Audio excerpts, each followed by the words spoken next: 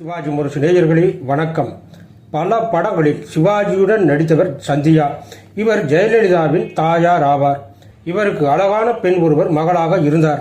அந்த பெண்ணுக்கு அத்தனை வித்தையையும் கற்றுக் கொடுத்து திறமைசாலியாகவும் துணிச்சல்காரியாகவும் வளர்க்க வேண்டும் என்பது சந்தியாவின் ஆசை. மாம்பழம் சிவஞானம் தெருவில் தனது சிறு வயது மகளோடு வசித்து வந்த சந்தியா தன் மகளை சர்ச் பார்க் கான்வென்ட்டில் படிக்க வைத்தார். படிப்பில் நல்ல சுட்டியாக திகழ்ந்தார் ஜெயலலிதா. ஆசிரியர்களின் நல்ல மதிப்பை பெற்ற ஜெயலலிதா படிப்போடு தாயின் விருப்பத்திற்காக பரதம் கற்க ஆரம்பித்தார்.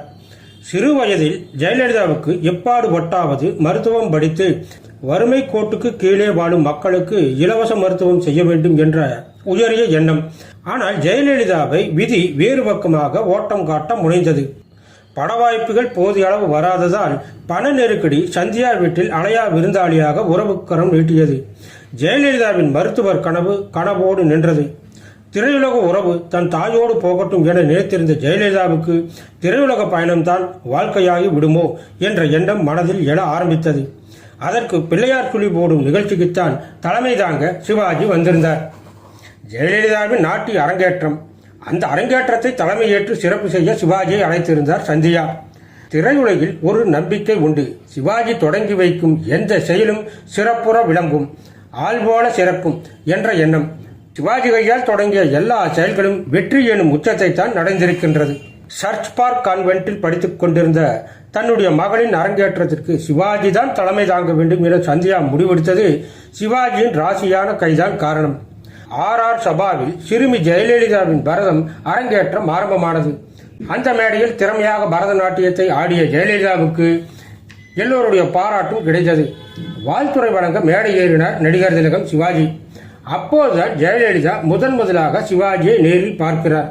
ஆனால் எதுவும் பேசவில்லை. சிறுமியான ஜெயலலிதாவுக்கு பயம். சிலை போல இருக்கும் இந்த சிறுமி எதிர்காலத்தில் திரையுலக நட்சத்திரமாக சிறந்து விளங்குவார் என சிவாஜி வாழ்த்தினார். சிவாஜி வாழ்த்துவிட்டு மேடையை விட்டு இறங்கியவுடன் கூட்டம் முண்டியடித்து சிவாஜியை நெருங்க ஜெயலலிதாவால் கடைசி வரை ஒரு சொல் கூட சிவாஜியிடம் பேச வாய்ப்பு கிடைக்கவில்லை. அதே ஆண்டு சென்னை நேரு விளையாட்டு அரங்கில் அகில இந்திய நட்சத்திர கிரிக்கெட் போட்டி நடைபெற்றது.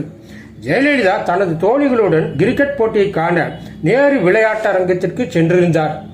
அங்கு வரும் சிவாஜியிடம் ஆட்டோகிராஃப் வாங்க வேண்டும் என்று ஒரு ஆட்டோகிராஃப் நோட்டையும் கையில் எடுத்து சென்றிருந்தார்.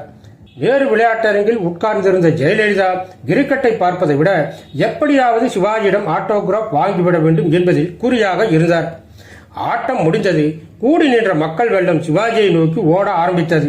கூட்டத்தின் நடுவில் சிக்கிக்கொண்ட சிவாஜி மக்களின் அன்பு மனையில் திக்குமுக்காடி கொண்டிருந்தார். ஜெயலலிதாவும் அந்த கூட்டத்தில் முண்டியெடுத்துக் கொண்டு ஆட்டோகிராஃப் வாங்க சிவாஜியிடம் ஆட்டோகிராஃப் நோட்டை நீட்டினர். ஜெயலலிதாவை கண்டவுடன், ஹே நீயா, இங்கே எங்கே வந்தா என கிண்டலாக கேட்டபடி ஆட்டோகிராஃப் புத்தகத்தில் கையெழுத்து போட்டு கொடுத்தார். ஜெயலலிதா முதலாக வாங்கி ஆட்டோகிராஃப் சிவாஜியிடம் இருந்துதான். இந்த பசுமையான நினைவுகளை ஜெயலலிதா பல இதழ்களில் பகிர்ந்து கொண்டிருக்கிறார். தாயார் சந்தியா நடக்கும் படப்பிடிப்புகளை காணச் செல்லும் ஜெயலலிதா பயமின்றி சிவாஜியுடன் இயல்பாக பேச ஆரம்பித்தார். சிவாஜியின் நகைச்சுவை கலர்ந்த பேச்சுகள் ஜெயலலிதாவுக்கு மிகவும் பிடித்தது. சிவாஜியின் கைராசியான கரத்தால் நாட்டிய அரங்கேற்றம் கண்ட ஜெயலலிதா அதே சிவாஜி நடித்த கர்ணன் 100வது நாள் வெற்றி விழாவில் வைத்துத்தான் திரைப்படத்தில் நடிக்கும் வாய்ப்பை பெற்றார். ஜெயலலிதாவின் திறமையை தட்டி கொடுத்து அடையாளமிட்டது முதலில் சிவாஜியின் ராசியான கைதான். முதலாக மோட்டார் சுந்தரம் படத்தில் சிவாஜிக்கு மகளாக நடித்த ஜெயலலிதா அதற்கு பின்பு சிவாஜியுடன் ஜோடியாக நடித்தது கலாட்டா கல்யாணம் திரைப்படத்தில்தான்.